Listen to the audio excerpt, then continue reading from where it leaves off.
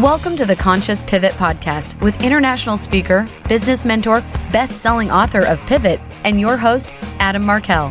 The Conscious Pivot shares the stories and wisdom of people who have successfully reinvented some area of their business and personal life. You'll gain powerful insights into how you can fully embrace new opportunities, increase your performance, and master the art and science of innovation and resilience. So please join Adam as he guides you on your conscious pivot. Hey, everybody. Welcome back to another episode of the Conscious Pivot Podcast. I'm your host, Adam Markel, and I'm just smiling from ear to ear this morning. I know there's so many things that can take us into other places in our minds, and a lot of dark roads that we can travel down on a good day, on a regular day. But certainly, right in the middle of this pandemic, there's a lot that can take us out, and yet I have so many valid reasons to smile, and I know we all do. That's the truth of it. But one in particular, which I want to just quickly share with you, because I'm such a fan of rituals and the power of rituals, especially when it comes to creating resilience, which is something, it's very, very important for us all these days. I've had this ritual for about the last 2 weeks, and I'd read this book, and what's great this morning too is that I'm going to talk about a book to start, and then I'm going to bring on a gentleman, a man who I could call him a book guy. We could call him a lot of things, very positive things. And he's clearly a book guy for sure. I fell in love with this book a couple of years back. And for those of you watching on YouTube, you can see it. I'll just give you the title. It's called The Greatest Salesman in the World. It's an old book by Og Mandino. And what's interesting about this book is it has a number of principles in it. He calls them scrolls. And there's a particular scroll that says, I will greet this day with love in my heart. And the book guides us, guides people, and even invites people like myself to read one of these chapters every day for 30 days before moving on to the next scroll or the next chapter. So I've read the book before. I've really loved the messages in it, and very heart-centered stuff. But what I love right now is that I'm getting tremendous benefit out of this consistent ritual of reading the same one chapter. I'm kind of my mind will resist rules often. And so this kind of a routine, if you will, that was forced, felt like a forced routine. I just rejected it previously, but now I'm doing it. And what I love about this idea of not just, and this is where I want to also be transparent. I have a good habit of greeting the day with love in my heart.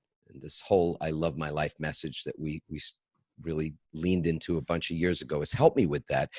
But just yesterday, so we had this very, very long online event that we did on Saturday, wonderful resilience event. And then I felt great when I woke up on Sunday morning. I greeted the day with love in my heart. And by middle of the afternoon, I ended up in a confrontation with our youngest daughter. I've got a 19-year-old back in the house. So Randy and I were empty nesters, and now they've, we have once again kids in the home, which is beautiful, and also can be triggering. And I know I must have triggered her, and she triggered me right back, and ended up in a beef with my beautiful youngest daughter yesterday afternoon. And I thought to myself this morning, when I hit the floor, and then shortly thereafter got into this reading this book and saying these words, I will greet this day with love in my heart. I wanted to amend it and add something, which is that I will greet and sustain this day with love in my heart. Because I think in many of our spiritual practices and the paths that we're on, our meditations and our best intentions and the love that we want to show up with is fine when we're in ideal conditions, in an ashram or cross-legged, or in our yoga, or in some other place on a sunny day even. But when things are tough, when there's another something that sort of gets under our skin or triggers us, or whatever it is, that's the time when that practice is really valuable. And I forgot it. I didn't embody that practice yesterday when I was in a full-on yelling match with our daughter. So greeting the day with love is a magnificent way to start, plant those seeds. And I would say it's been a success principle for me. But to sustain the day and to maintain that love in my heart, even in the midst of chaos or conflict or any kind of challenge, I think is really the thing that I wanted to open up today with.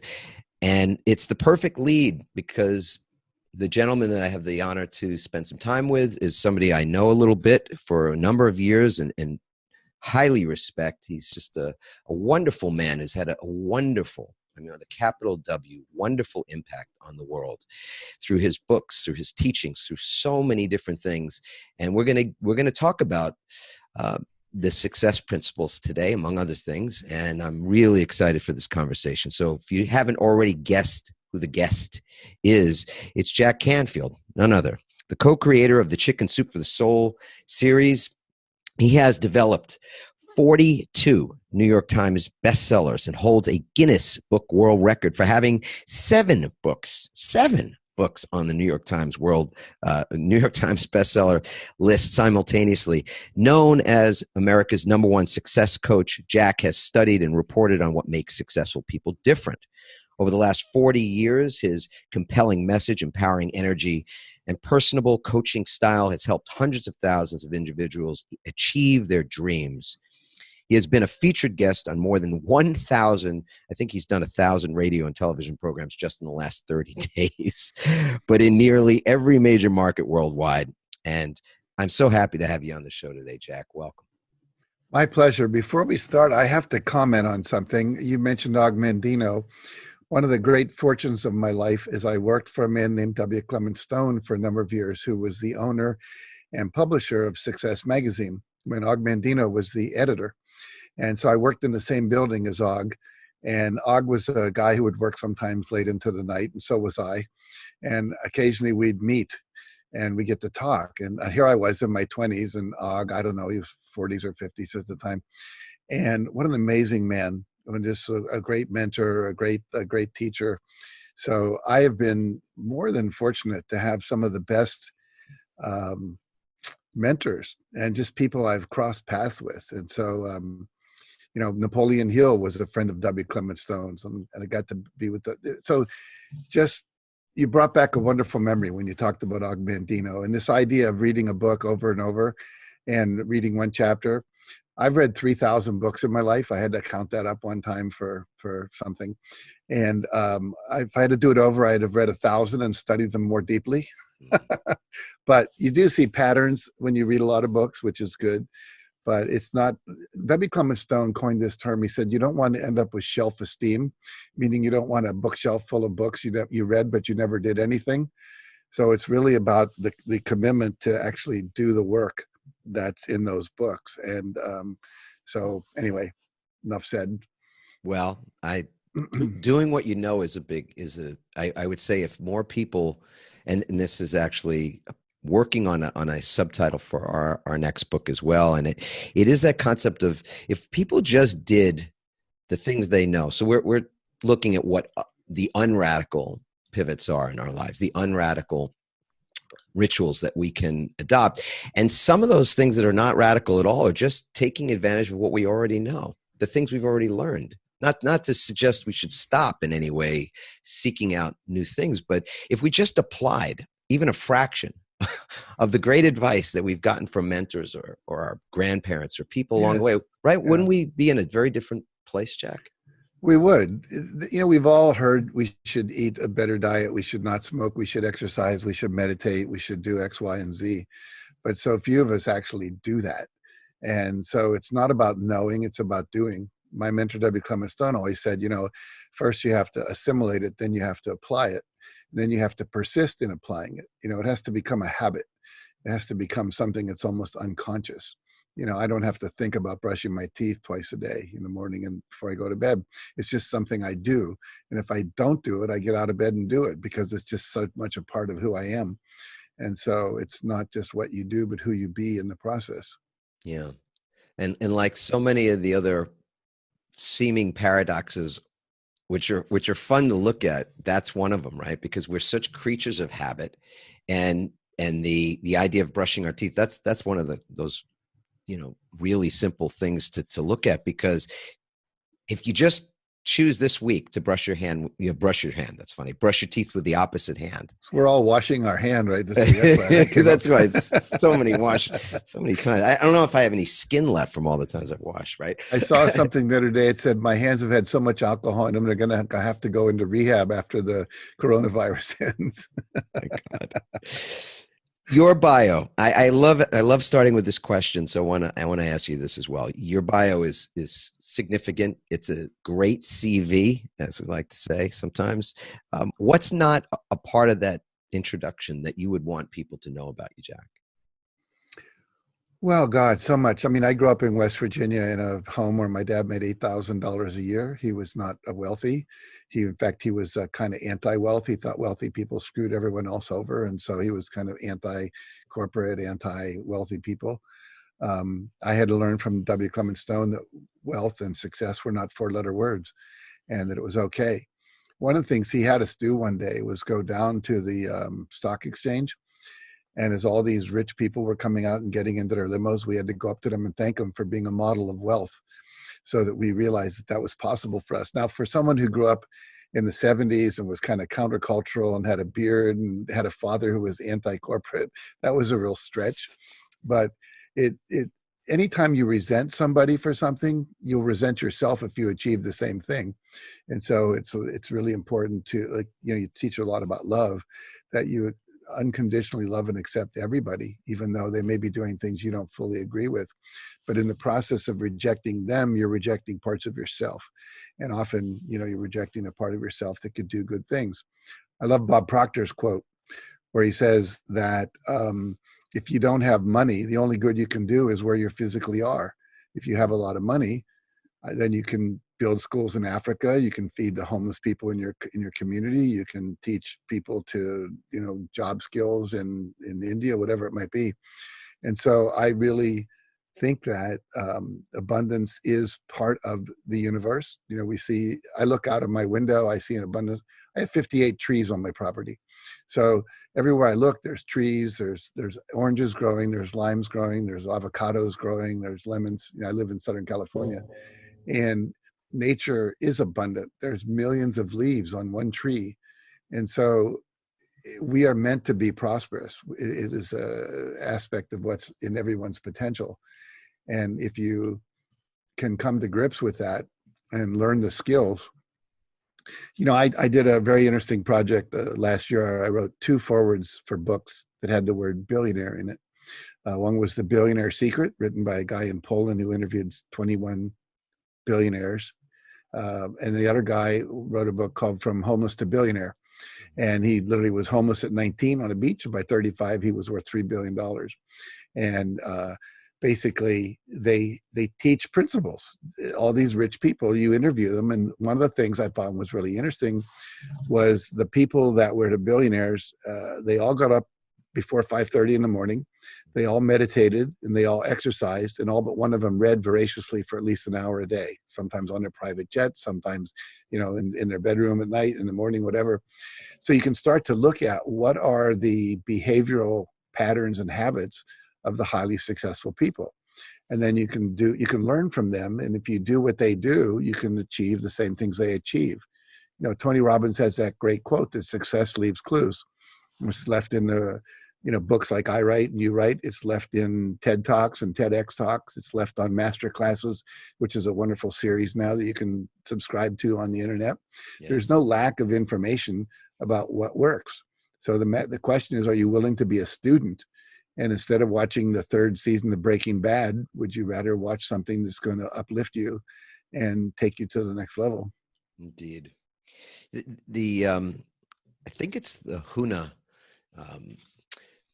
the Hawaiian saying that you bless that which you want, because yes. and that's such a beautiful beautiful way to express it, because anything that we resent, we can't have. Anything that we are resentful of, we are negating, and therefore it makes it that much more difficult to have it. And we're pushing it away from ourselves as well as from, the people that we love. It's so many of the things that certainly, I think when we look at anyone's life, if you've examined the lives of people around you, you'll see that often it's the self-fulfilling prophecy, that the things like, so my dad is a very creative person, is a writer, fiction writer, but also looked very suspiciously, and still does, at people with money. Mm-hmm. So my dad's never had a lot of money. He's done decently well, and mostly because I think my grandmother was more thinking about money, so she set things up, and therefore he was okay with, to just be in that space of his creative writing. But it really is so powerful, the way that we will create exactly what it is that we are telling ourselves, one way or the other. Jack, you've created tremendous success. So where did it start for you? I know you and I both I was an undergrad at UMass Amherst, which is this wonderful school in the middle of Massachusetts, right? Pioneer Valley. And you were a grad student there, right? At some point? Yeah, I was in the Graduate School of Education for a lot of years. I was working on my doctorate, which I never finished. I made the mistake of writing a best-selling book while I was still a doctoral student. It sold 400,000 copies. And that's a mistake of sorts. Started getting invitations all over the country to come and speak about this book called 100 Ways to Enhance Self-Concept in the Classroom. And I began to wonder, why am I writing a dissertation? I thought the doctorate would be the thing I needed for credibility, but it actually was the book, and the activities in that book were working. And so I've always been a collector of practical tools that you can apply both in the classroom, in the corporate world, in your own life, that would give you more success. So when that happened, I just realized, I don't need to do that. So I dropped out of my program, all but dissertation. I never did a dissertation. I thought, hey, you write a book, you make $400,000. That's a little bit better than writing a dissertation and getting a plaque on the wall, so yeah, I continued to write books. Was that book a precursor to the Success Principles? It was in the sense that my definition of self-esteem was being lovable, capable, and significant.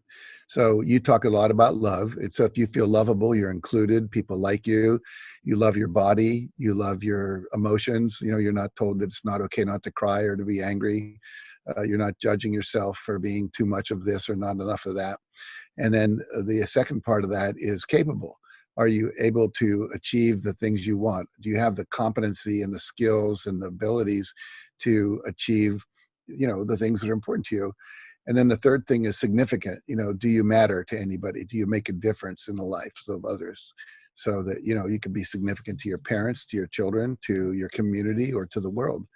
And so what happened was, I started to do this work with teachers, training them in this work. One day I was working in this school, and this principal said, my husband owns a company. You should go over and say the same talk you did today to them. And I said, I never worked in a company except as a floor sweeper in a General Electric plant one summer between college and graduate school. She said, they're just big kids in suits. Now you go over and work with them. And she was right. You don't change just because you graduated and started working in a company. It's the same psychology. So I did that. They loved it. I started pivoting more of my work into the corporate world, into personal development seminars for the general public. And that took off. And people in general, I started by doing self-esteem seminars, which was including the lovable and the capable. And little by little, corporations wanted more of the capable, teach our salespeople how to be more successful, teach our managers how to manage. So being a loving being makes you a better manager. Caring about your clients makes you a better salesperson. You're teaching from your heart rather than from a need of like, oh, I got to get a sale. But the competent part, how do I achieve my goals? How do I get healthy? How do I create great relationships? How do I master money? That became more of the focus. Yeah. Integrating heart and head, especially in the speakings or in the facilitation space, is really important. That's we train, our company trains people to do TED Talks and deliver now a lot of virtual trainings. And one of the big hurdles with the virtual training is just what you're talking about. How is it you convey information effectively, but still be able to engage people in the one place that regardless of whether you're the CEO of a huge company or you're somebody that just lost your job, we all come from our emotional place. We're feeling beings, and to be able to engage a person at that level was very different than speaking strictly to the intellect. Absolutely. Yeah, you have to speak from the heart to the heart as well as to the head. And when they're integrated, as you know, then you have wisdom. You have the ability to be successful in a lot of ways that most people never achieve. But I think the key thing for me that I've really done, because I do experiential trainings as you do, is how do we keep doing that on Zoom calls and in Facebook Lives and all that kind of stuff, which, we've mastered a little bit because we've had to pivot very quickly. And how do we keep people engaged through chats, through questions, through polls, through experiential exercises? You could literally get up and have people do Chunyi's, Qigong exercises right in front of their computer. You can put everyone on mute and have them speak out and do chants and visualizations and repeat affirmations, lead guided visualizations, and so on and so forth. So I have a funny feeling because we've had to cancel 2 major trainings with about 200 or 300 people in them. And then I've lost 5 or 6 speeches I was supposed to do, one of which I delivered by Zoom to a whole church, 300 people at home. So we kept the contract. But we're now moving all these people into a year-long live program, which will be teaching the success principles over a course of a year with a lot of engagement, a lot of challenges, a lot of homework assignments, a lot of Facebook community chats, and also breaking people into small groups on Zoom and so forth. I'm starting to think maybe that's really what I'd rather do in the future than show up all over the world, travel to Iran and Iraq and all these places where I've been doing seminars in the Middle East. Do it by Zoom, saves everyone money and time, and reach just as many people. I mean, you can't hug somebody, but literally I've said, imagine if you were with your partner, give them a hug, and they go like this, and they look in each other's eyes, and it still communicates in a very powerful way, We had Luann on the show, and just maybe, and I hope I don't botch her last name. Bueller? Luann? Bueller? I know who you mean, yeah. Yeah. So, and Buckler, she has, I think her name is Luann Buckler. Yeah. I knew I'd screw it up, but she has an I Hug Across America, her I Hug movement. So you couldn't sort of get a bigger blow to the I Hug movement than of all the things that have been affected. But what's interesting, and she shared this with me, is the sign language for I Hug is this. And so on a Zoom with a podcast, we expressed this hug this way, and also created took a moment to feel into a virtual hug. So I'm gonna hug you right now, Jack. We've hugged before because we know each other. But even if that wasn't the case, I mean, you can feel someone else's hug. You can feel it through the energy of their heart, their eyes, their smile, right? So I think all of that is possible, and the world will not go back to the old new normal. It will be a very new normal. And in many ways, I agree with you. I think the opportunity to impact in a positive way more lives across a greater geography, and not so much without risk, because I don't want to lean into the fear of it, but just the expense and the a very efficient way to have the message be felt. I think there will always be live trainings, and there will be conventions, and there'll be conferences, and there'll be sales gatherings and all this kind of stuff. I think there'll be a little less of that. I think more will happen online. I do think there's something radically powerful about having 1,000 people in a room all focused on the same thing. The hallway conversations that occur, which are really important, as you know, the group intention where you get all the energy. And there is something about a physical hug. I mean, we can send each other a hug and we can look into each other's eyes, and I feel good just doing that right now. But when the two biomagnetic fields come together and amp each other up, there's something about that is a new physiology that, perhaps we can figure out how to do that without it, but it sure feels good when you do it. Yeah. I want to talk about the success principles now as well, because there's a companion workbook that it's officially out. Is that right, Jack? Yeah. It debuted on March 1st. Beautiful. So share a little bit about what the workbook is intended to do to elevate the message of the underlying book. And then let's talk about resilience. This is what it looks like. It's got a picture of me on it. And it's just a takeoff on the picture of me on the first book called The Success Principles. But what we did, and here's the nice thing about it, it's much thinner than the original book. Wow. The first book had a 64 principles in it. The revised edition, 67, because we added how to be successful in a digital age, a chapter on leadership, and a chapter on networking with Ivan Meisner, who you know, who runs BNI, Business Network International. So in the workbook, there's 17 chapters. Each chapter represents one or sometimes a combination of two principles. And the workbook is, I really wanted to call it, Don't Read This Book, because I don't really want you to read it. I want you to do it. And so the point is, everything in here, I give you enough background that you don't have to have read the original book. Then what you do is you just do the exercises. Some of them are paper and pencil things. Some of them are reflections. There's a couple places where there's a URL. We actually lead you through a guided visualization, like how to find your life purpose, things like that. There's some meditations in there as well.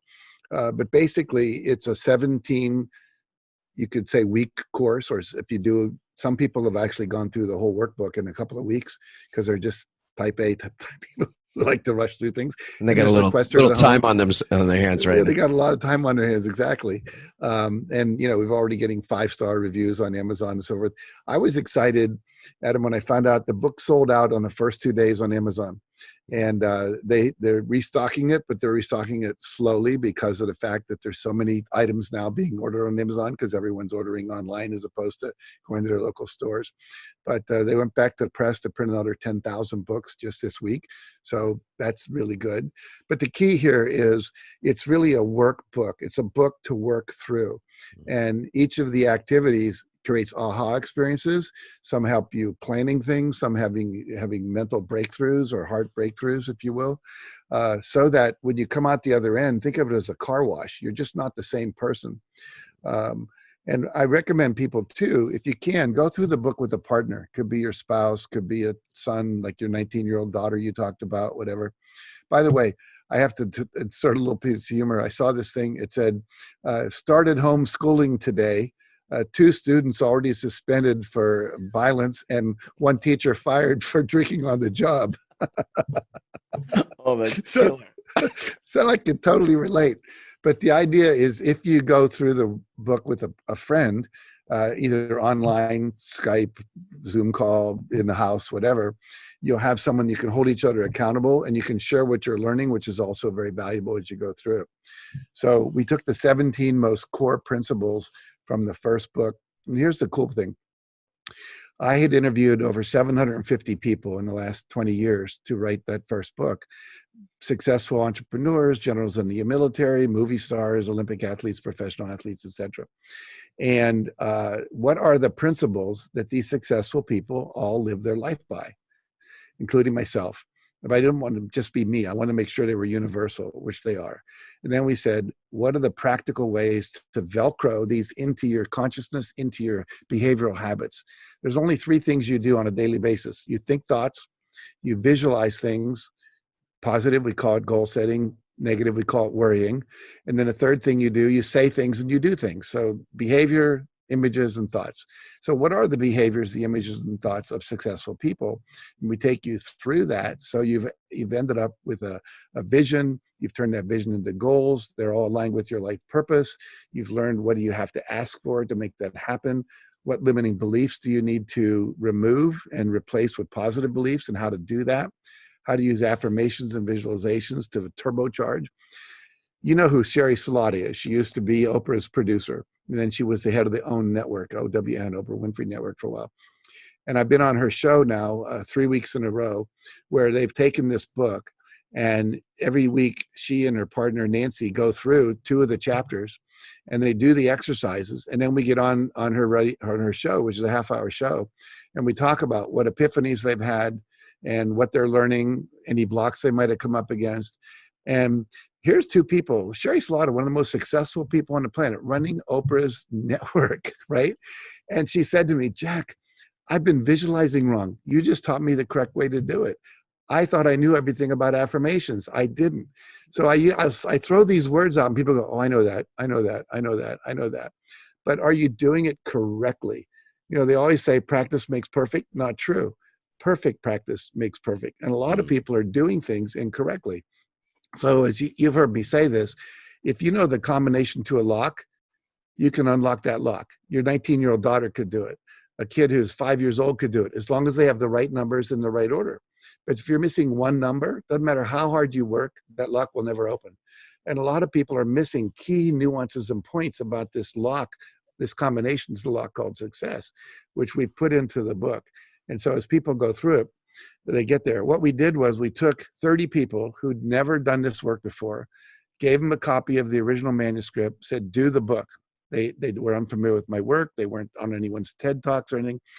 And they came back several months later and said, I've doubled my income in 2 months. I've lost 20 pounds. I got out of a crappy relationship, or I improved my relationship. I finally got my husband to go into therapy. So we know that the workbook stands alone as a workbook. And if you read it in conjunction with the original book, that's even better, but it's not required. So I don't like to be, salesy, but I will tell you that if you read this book, it will change your life. Such to the point that if you buy a copy, which is costs you about 5 Starbucks coffees, you can't go out and buy those anyway right now, do it at home, and you don't get the value you want, you just call me and I'll send you back the money you paid for the book. That's no problem. Will you send them a Starbucks along with it?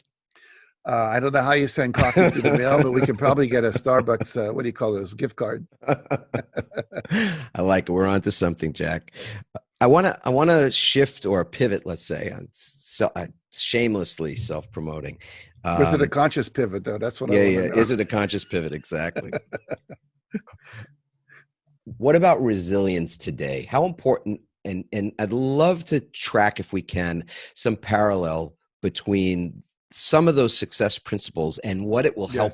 What will help people the most right now, not just to bounce back from this kind of unexpected adversity, but how to utilize it, right, Jack? I think that's the thing that in my lesser years of experience with this, but I've seen some pretty low moments, and I've seen some pretty high moments too, that more than anything in my own life and in the lives of a number of people I've seen, your ability to not just get back up from a knockdown is less of a determining factor when it comes to that word success. Then what do you do with what did you learn, and how did you apply what you learned to then create momentum so that whole event becomes an opportunity of a sort? So your book, I know, will address that. I'm just curious what you think about the specific things that would help people to become more resilient now, and even what your definition of resilience is. Well, the first thing is resiliency is key. The first Chicken Soup for the Soul book was rejected by 144 publishers over the course of 14 months. So, it required resilience every time you got a rejection to say, okay, next.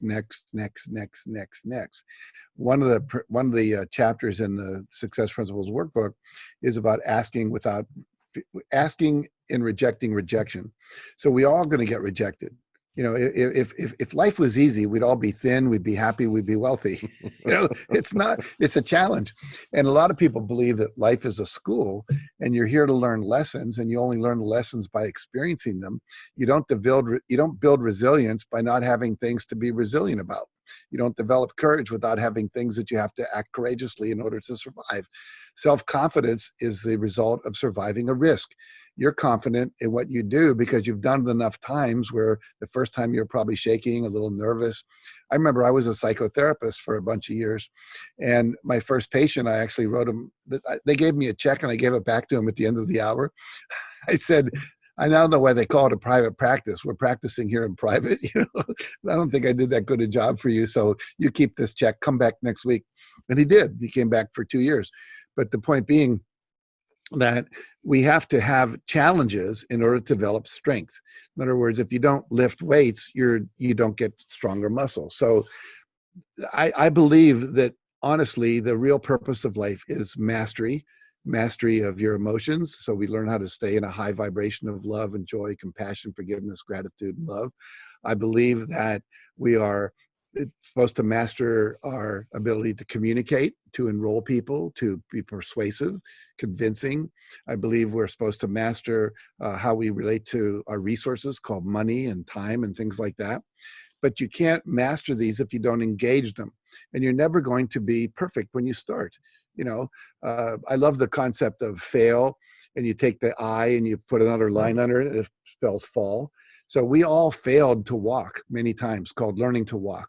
I mean, if our parents had said, you get 200 tries, after you fall down the 200th time, you're on your own. Nobody ever did that. We just said, we're going to keep working on this until he walks. So why don't we have that same belief that I'm going to keep writing a book until I figure out how to make it a bestseller? I'm going to keep doing this podcast until I get really good at it. I'm going to go out there and work on relationships until I get really good at it. I'm on my third marriage. The first one lasted 5 years. The second one lasted 20 years. And I think we did a lot of good things. I think we outgrew each other.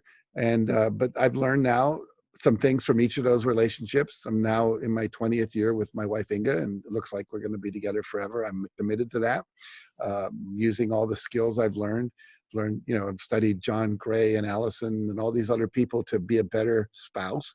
I've learned tools like one of the tools that's in the Success Principles book that helps with resilience is a question I learned from Dan Sullivan in his strategic coach program.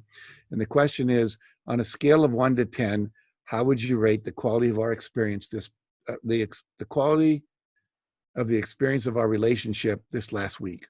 So I ask Inga that every week, and I get an answer from 1 to 10. I've gotten as low as a 4. And it was not fun to hear that. But then the next question is the most important question. What would it take to make it a 10? And she said to me, this when I got a 4, she said, number 1, don't interrupt me when I'm telling a joke because you think you can tell it better, which I still believe I can, but I've learned that's not a great marital technique. Number 2, she said, your job is to put our grandson to bed when he's visiting. I don't care if it's the NBA playoffs. I wake him up, you put him to bed. I don't want to have to remind you. Number 3, I want you to take out the garbage without me telling you. Number 4, have you heard about foreplay? I said, yeah, I know about foreplay. She said, you might want to revisit that. Reread that chapter. Yeah, right. That was her way of saying she wasn't really happy sexually at that point in our relationship. And so we had a long conversation about that, and we changed some things up, scheduled more time for things, etc. Got less mechanical, got more creative. And she's very happy now. So the point being that I can't improve without feedback. And so most people don't ask for feedback because they're afraid of what they're going to hear. But in the case of my wife, she had told her sister, her mother, her women's group, someone at the nail salon she didn't even know. I'm the only person that could change it. So until she tells me, it can't get better. And but most people are afraid to give feedback because they're afraid you're going to get angry. You're afraid you're going to give up or cry or walk out of the room or whatever, defend yourself. And so we have to be the one that asks for it. And then only response you ever want to give, as painful as it might be what you heard, is thank you for caring enough to share that with me. Because it's courageous for people to give you that kind of feedback. Even as a writer, what made Chicken Soup for the Soul so successful, Adam, was that we had 140 people giving us feedback on every story that showed up in a book. Now, we started with 20 people. It was an accident. We had too many stories, 120 in the first book. So we asked our friends and family, grade each story on a scale of 1 to 10. We'll put it in an Excel spreadsheet. The ones that score highest will make it in the book.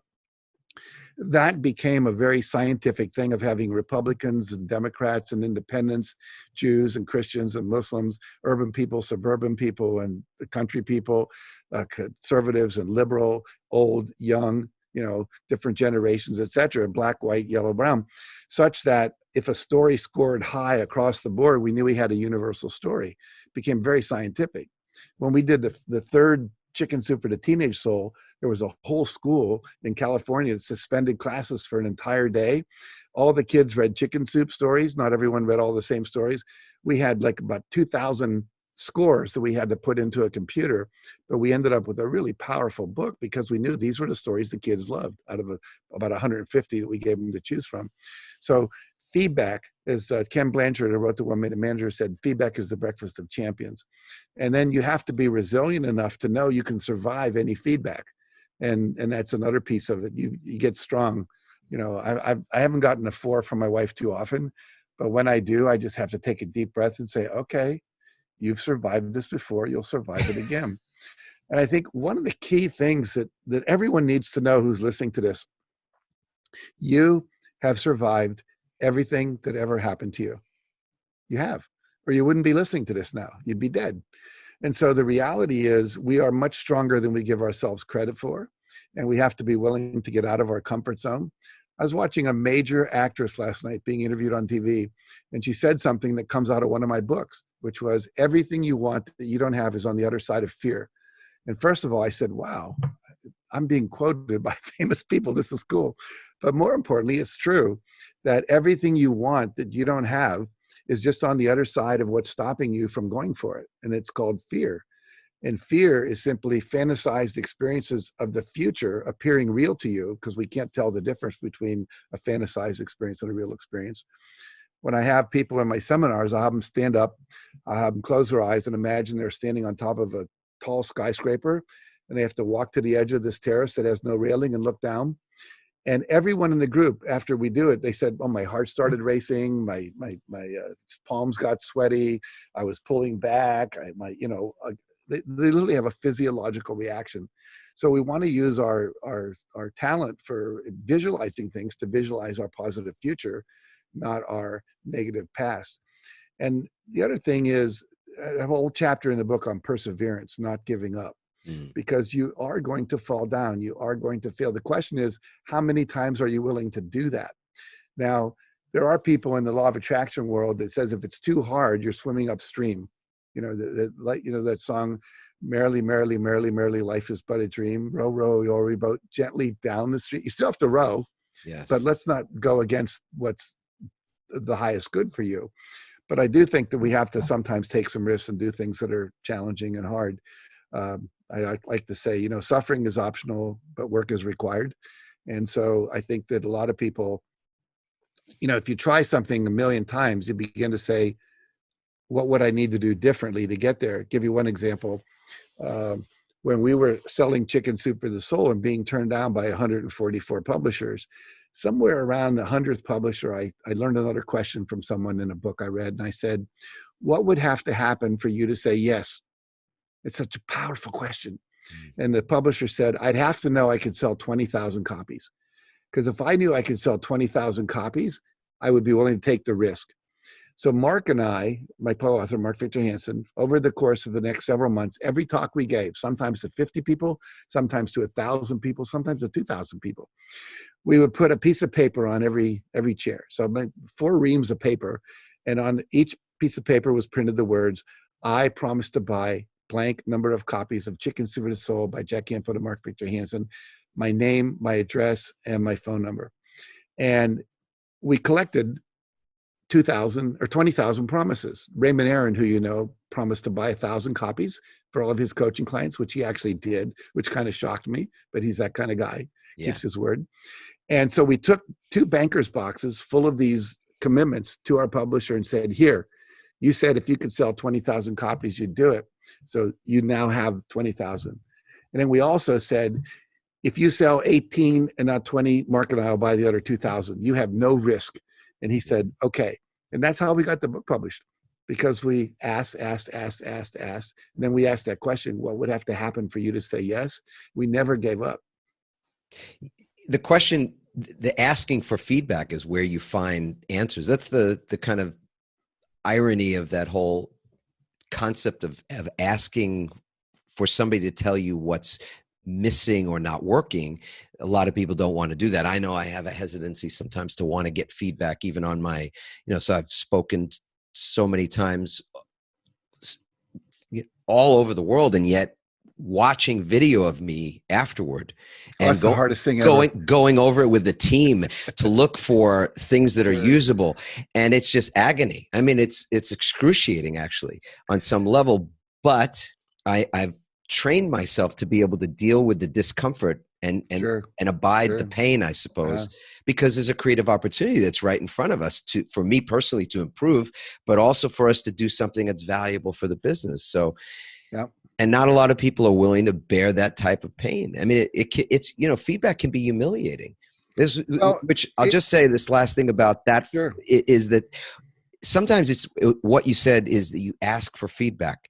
And then we found too, this has been helpful for me, is to help that person give you feedback by giving them a way to do it that is really honoring to them and to you.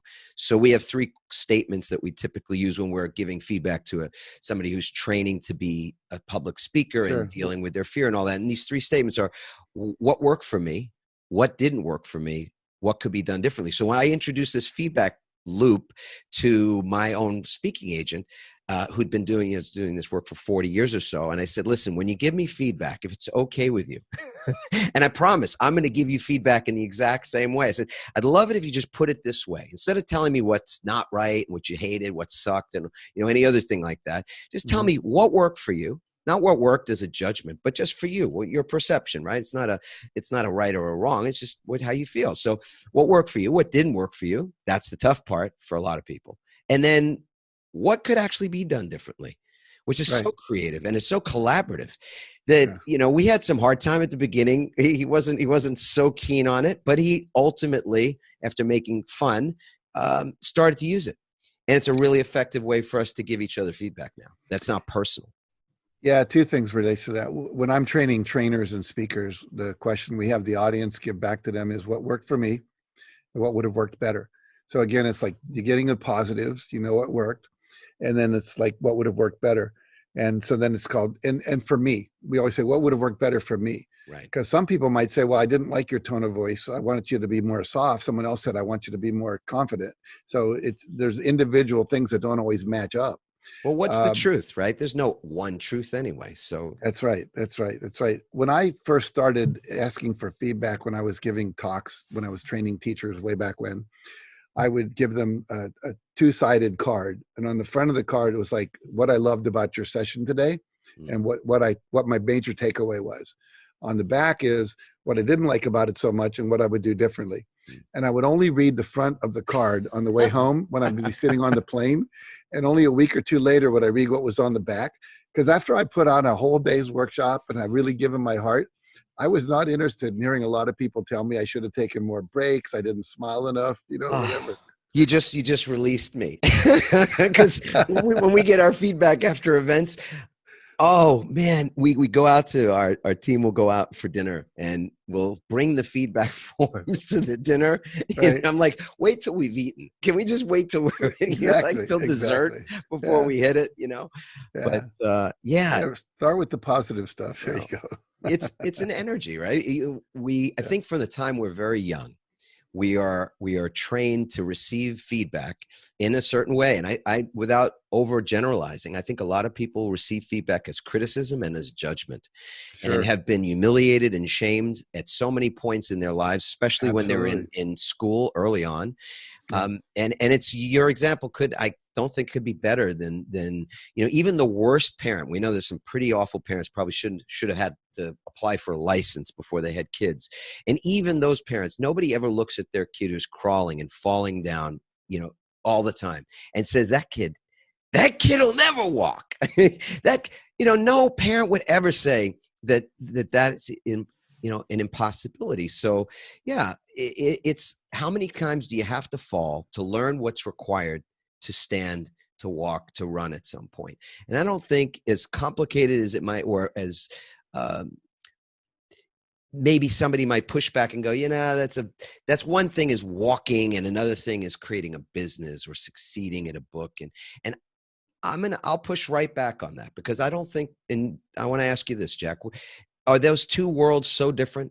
The skills, the tenacity, the perseverance of the child that just doesn't take no for an answer and ultimately ends up walking, as we all do, and that same older child but with grown-up clothes and shoes and a better haircut or whatever, and that person that just will not take no for an answer when it comes to their dreams. Is there really a difference? I think several things. I think people are born with different personalities.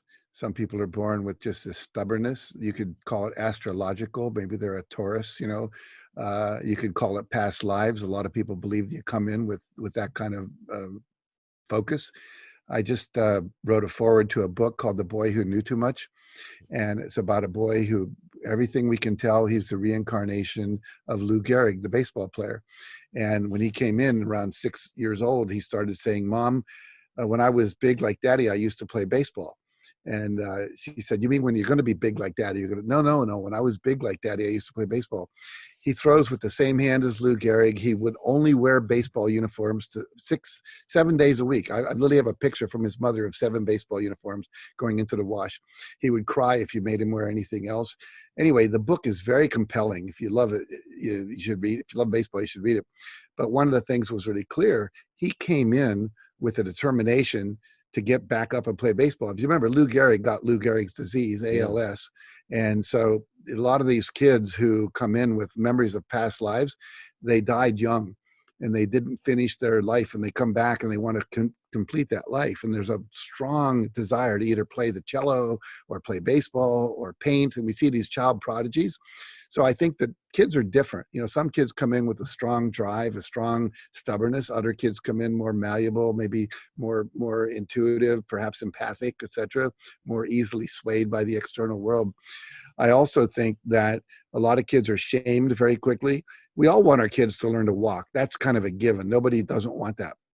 But do we want our kids to be sexual? Do we want our kids to stand up and confront us? Do we want our kids to take risks that we don't think are good? Like maybe they're experimenting with alcohol or drugs, or they want to go away from home, or they want to join the army when they're 18 and we don't want them to because we don't.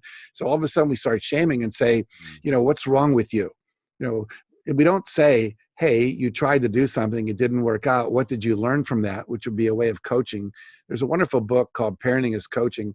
Talks about when the kids are really young, you teach them stuff. Here's how you brush your teeth. Then you go through a stage where they're 6, 7, 8, 9, and you're a monitor. Did you brush your teeth? Let me see. You know, you put them to bed. Now, at a certain point, you don't have to tell your 19-year-old to brush her teeth. By then, she should have known. But often we're trying to still tell them things to do when we should be coaching them. I had this when my son, he wanted to throw a party. I think he was about 14, something like that, middle school. And he wanted boys and girls to be at this party, which no parent should ever do, by the way, at that age. So we had all the boys in one end of the house, all the girls in the other end of the house. And they were, my son wanted everyone to do what he wanted to do because it was his birthday party, right? So, and they were kids wanted to do what they wanted to do. He got really pissed and he cried and he got angry and everyone was talking to each other. And then in the middle of the night, the boys were trying to sneak over to the girls. My wife and I had to take she had the left side of the house outside. I had the right side, so they couldn't sneak around till everyone was asleep at about 4:30 in the morning. Never did it. But the next morning, I didn't say to my son, you shouldn't do this. I said, how was your party last night? It didn't work out so well. But what'd you learn? Well, I learned that I can't tell people what to do. They're not going to do it. Great. Anything else you learned? He told me one or two things. That's great. That's it. I didn't have to lecture him. I didn't have to shame him. He already knew what didn't work. So we have to stop shaming kids, because the ones who are shamed, I remember I was in church school, in Sunday school, and it was Christmas time, and I was supposed to read a passage that said, Jesus sprung from Mary's W-O-M-B. I'd never seen that word. The only word I saw was B-O-M-B, bomb. I learned to read phonetically, so I look at it, I go, Jesus sprung from Mary's womb, and everybody laughed. And I didn't want to read in front of people for another year or two after that, right? Because I felt like I was shamed. Everyone laughed at me because I was inadequate in that moment. Yeah. And so I think we have to learn and have people in our lives that say to us, it's okay to make mistakes. This is how you learn.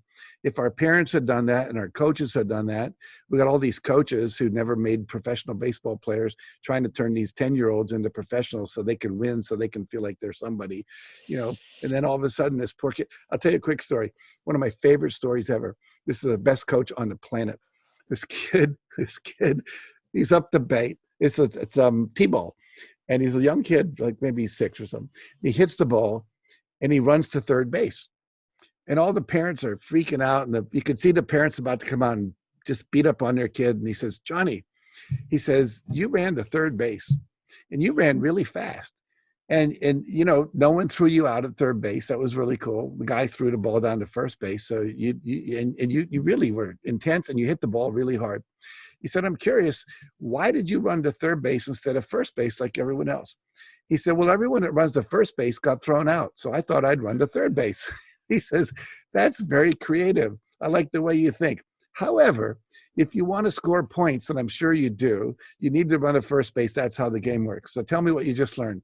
okay, I'm really good. I'm fast. I hit the ball hard. I'm creative. But if I want to get points, I got to run to first base. He said, great. So what are you going to do next time? I think I'll run to first base. Very good, Johnny. Go take a seat. Now that's great coaching. Yeah. No shaming. And so if we grow up that way, we know that we can fail at business. We can put out a brochure that doesn't work. We can redo it. Our website copy needs to be changed, whatever it might be. But if we're raised like in school, they do X's. Here's where you were stupid, right? Instead of checking all the things you did red right. marker. Yeah. Red marker. And so what do? We start learning to avoid getting zapped. You know, Ken Blanchard, the one-minute manager guy, said most people manage by zapping people when they do wrong. Hey, you're not wearing your safety helmet. Go put your safety helmet on. And then what do? Our whole life becomes avoid getting zapped. You know, we're covering our ass. And so basically we're afraid. We're afraid to take risks because we don't want to screw up. You know, government workers, why is nothing work in the government very well? Because there's no benefit for work. You don't get paid more to do good. You only get fired if you screw up. Yep. And so the only thing that becomes the thing is called don't screw up. Why would I take a risk to help you move through the DMV faster if I'm going to get fired for doing something like that, staying open 10 minutes more? No, screw it. I'm just going to basically say, no, I'm not going to do that. I don't care. I'm protecting my job as opposed to being creative. It's the status quo. And we know anything that stagnates. I mean, even this, and I know we're going to wrap up here in a couple of seconds, this particular event, the COVID, took everybody by, I mean, it's a million things we can label it. It just is a thing that caught so many people off guard. Mm-hmm. And it has shaken things up, and the status quo will never return to the way it was. Much like a Etch-a-Sketch. Remember when we were kids, they had that Etch-a-Sketch. You shake it, and the whole thing changes. So, and yet, in the midst of there being so much fear about this, it is the nature of the universe that everything is changing constantly. The seasons, the days, all of it, and it's how things grow. It's maybe what. Is not to diminish the suffering that's genuine and happening for a lot of people right now. It may be the absolute most important catalyst for change that we've ever experienced. Mm-hmm. And of course we don't know exactly what it'll all look like, and we never will really, but we can see it as an opportunity and coach ourselves. I want to not so much close a loop, but just follow the thread of what you just said, and that is that we can be our own best coaches. Let's be around people that can do that and help us as well. But what you just I would just add this. One of my coaches a long time ago taught me when anything happens that's unexpected, you ask yourself the question, what's the opportunity that this is? Exactly. What's the opportunity that this is? Because there's always an opportunity. Remember Napoleon Hill said, in every adversity, heartbreak, or tragedy, there's a seed of an equal or greater benefit. So ask ourselves, I think we're going to learn to be more compassionate. We're going to learn to be more, what's important, our families, being home a little more. I realize I've been on the road too much. I've been pushing myself too hard in my life, taking better care of myself right now, meditating more, exercising more, eating better, etc. And we're seeing that there's some inequities in our culture. Why are Black people dying more from this thing? We're seeing that the public health system doesn't work for everybody. The safety net isn't there. Most people are living one paycheck away from tragedy. And so we've got a lot of things to take a long look at. The sky in LA is blue right now for the first time in a century. And in India too. I saw that picture in India. In Delhi. Arch in Delhi with the sky blue and the sky all brown. And I was in Mumbai the whole month of February. And I thought, like, how do people live here? The air is so polluted. Right now it's not. So we're beginning to see, wow, what's possible? What should we be doing? Maybe we should be moving toward electric cars faster, getting off of fossil fuels, eating more intelligently. I just saw someone saying the meat supply is going to be in danger right now. Well, maybe everyone's going to have to learn how to eat intelligently with a little less meat. That's actually healthy for people, and also more humane and compassionate. And so I think that every tragedy, every adversity is an opportunity. And like you said, not to belittle the fact that my CEO's brother-in-law just died from COVID-19. My nephew has COVID-19. He's still alive. We don't know what's going to happen there. So there's a lot of pain, a lot of tragedy. But as you said, the other thing is only about 96% of people will die from this. That's the big number, probably more like 90. But but I might have said that wrong. Only 2% to 4% of people will die from this. All the rest of us are going to have a flu. It could be intense. It could be mild. It could be whatever. So we have to remember that most of us are going to come through this, but let's see what we're learning and how can we pivot, to use your conscious pivot concept. We have to pivot to create a better life for ourselves now and to create a better life for ourselves and each other in the future. Yeah. Jack, you read the last question I always ask is, what are the things you do on a ritual basis to take better care of yourself? And you answered that question. So is there one thing that you would say is, if you wanted to impart a particular ritual that you have that you'd want to share with people now? Is there something else that you want to add to that? Well, I mentioned the hour of power of 20 minutes of meditation, 20 minutes of reading, 20 minutes of high intensity exercise, like high intensity interval training or aerobics.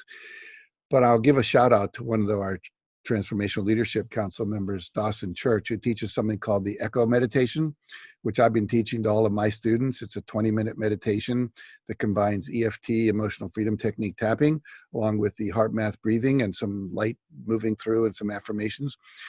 Taught it to my sister the other day, had her go on Dawson's thing. She called me 3 days later crying. She said, I feel so much better now, because it leaves you in a very high vibration, and you want your vibration to be high. Your immune system is high when your vibration's high, so you're fighting off the virus, probably not getting it this way. And also, it's just really good. Raises your immunoglobulins 113% in your saliva, which the coronavirus has to go through your throat or mouth to get into your lungs. So that's a really good thing. And so just go to EFTuniverse.com and you can do the Echo meditation. I've been doing that every day, and it has been powerful for me. People say on a scale of 1 to 10, how you doing right now? I'm always a 9.5 or a 10, just depending on what might have happened like before they asked me that. But that meditation is very, very powerful. So interesting. So I'm on the phone with my dad last night. He's 83, and we had done this resilience-a-thon over the weekend. My dad participated in quite a bit of it, and he had to tell me that Dawson's meditation, so we had Dawson Church was one of our facilitators. Oh, good. And he loved his meditation. We had Dawson, I think his podcast in sequence might be the one right before yours, as it turns out, Jack. So it's kind of a funny thing there. But there's no question to me that creating our own peace, to be in a peaceful state, puts us in a much better position, not only to see the creative opportunities, but to also not just weather this whole thing, not just to survive it, but to be present to where we'll actually thrive. And as you say, most people will be all right. And it would be great to go from just being all right to looking back on this and seeing, the changes I made to my life, to be home with my kids, to be able to see my kids at dinner. And my dad and I were talking about this every night. We grew up in a little one-bedroom apartment. Life wasn't perfect or anything, but I saw my parents. They saw me. We spoke every night at the dinner table. That was just that was a constant. And so many people right now it's been a long time since they had that kind of constancy in their relationships. And so I couldn't agree with you more. It's so important. So as we wrap up, I've so enjoyed this conversation. As always, we'd love to get your feedback. So we talked a little bit about that today. You can go to adammarkel.com/podcast to leave a comment. We'll respond to you directly. You can leave a review. You can subscribe. We'd love to. We live on that feedback. So thank you for doing that. As we depart, I'm going to remind myself and remind all of you of the one waking ritual that I've had for more than 10 years that just pays so many dividends, and it's so simple. And there's 3 parts to it. So the first part is that we'll wake up. So, Jack, did you wake up today? I did wake up today. I always wake up. Yeah, exactly. And we know there's a wonderful metaphor in there. It's not just about physically waking up, but waking up our consciousness, being a little bit more aware and awake every day. If we can do that, the trajectory is a really good one for all of us. So tomorrow, my prayer, my wish and my hope is that we all get to wake up again. And in that moment where we're waking, where we're taking that first conscious breath of the day, can be aware of the fact that there are people taking their last breath at that moment. So it's a sacred moment. it makes it holy, not not religious or even spiritual, just something really important. And you can be grateful. Gratitude is sometimes difficult. And in times like this, it can be difficult. So step 2, even for a few seconds, cultivate a feeling of being in appreciation for that breath, for your life, for your family, for others, anything really. And lastly, the third step is to say something out loud. And Jack, before we actually turned on the recording, he and I were just chatting about this statement that's on my t-shirt, because we have a lot of t-shirts with things that say, I am resilient, and, pivot, and different stuff like that. And the words that we have, that we say out loud, and even the words that we sort of display, have a tremendous impact on us. And the first words that come out of your mouth in the morning, the beginning of the day, I think are very important. So maybe you turn and you say, I love you, to the person lying next to you. Maybe you turn and look in the mirror at yourself and say, I love you. I say these 4 words. They're simple, and yet they've worked miracles for me. And those words are, I love my life. I love my life.